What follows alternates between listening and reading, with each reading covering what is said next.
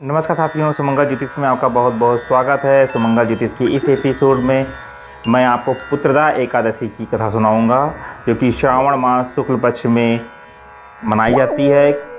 भगवान श्री कृष्ण युधिष्ठिर प्रश्न पूछते हुए कहते हैं कि हे प्रभु, श्रावण शुक्ल पक्ष में कौन सी एकादशी होती है, उसका क्या नाम है और उसके प्रभाव क्या हैं, इसके विषय में बताइए। तो भगवान श्री कृष्ण बोलते हैं कि हे राजन, प्राचीन काल की बात है। द्वापर युग के प्रारंभ का समय था। महिष्मतीपुर में राजा महीजित अपने राज्य का पालन करते थे, किंतु उनके कोई पुत्र नहीं था, इसलिए वह राज्य उन्हें सुखदायक नहीं प्रतीत होता था।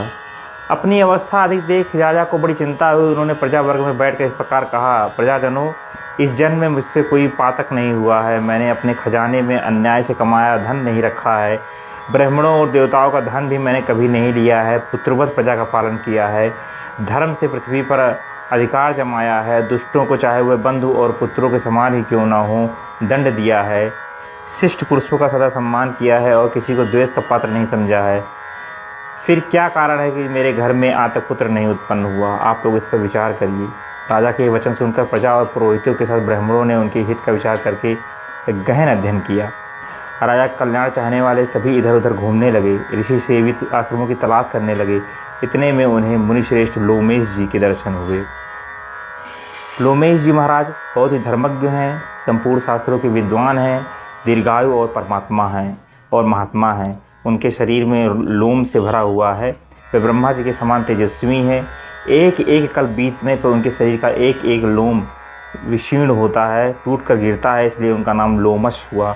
वह महामुनि तीनों कालों की बातें करते हैं। उन्होंने बताया, लोगों को अपने निकट आया। लोमेश ने कहा, तुम लोग किस लिए आए हो? अपने आगमन का कारण बताओ, मैं उसे अवश्य समाधान करूंगा उस कारण का। तो प्रजाजनों ने बताया कि हे ब्रह्मण देवता, इस समय महीजित नाम वाले राजा, जो उनके कोई पुत्र नहीं है, हम लोग उनकी प्रजा हैं, उन्हें कोई पुत्र प्राप्त नहीं हो रहा है, इसलिए उन्हें पुत्रहीन देख के हम बहुत दुखी हैं। हम तपस्या करने का दृढ़ निश्चय करके आए हैं। हे द्विजोत्तम, राजा के भाग्य से इस समय हमें आपका दर्शन हुआ है। महापुरुषों के दर्शन से मनुष्य के सब कार्य सिद्ध हो जाते हैं। अब हमें उस उपाय का उपदेश दीजिए, इससे राजा को पुत्र की प्राप्ति हो। तो उनकी बात सुनकर महेश लोमस 2 घड़ी के लिए ध्यान मग्न हो गए। तत्पश्चात राजा के प्राचीन जन्म का वृतांत जानकर उन्होंने कहा, प्रजावृंद सुनो, राजा महीजित पूर्व जन्म में मनुष्यों को चूसने वाला धनहीन वैश्य था। वह वैश्य गांव-गांव घूमकर व्यापार करता था। एक दिन ज्येष्ठ के शुक्ल पक्ष में 10वीं तिथि को जब दोपहर का सूर्य तप रहा था, वह किसी गांव की सीमा में एक जलाशय पर पहुंचा। पानी से भरी हुई एक बावली देखकर वैश्य ने वहां जल पीने का विचार किया। इतने में वहां अपने बछड़े के साथ एक गौ भी आ पहुंची।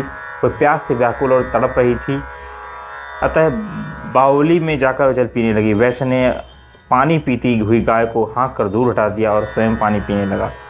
उसी पाप करने के कारण राजा का इस समय पुत्रहीन हो गया है और इसी जन्म में पुण्य से इन्हें निष्कंटक राज्य की प्राप्ति हुई है।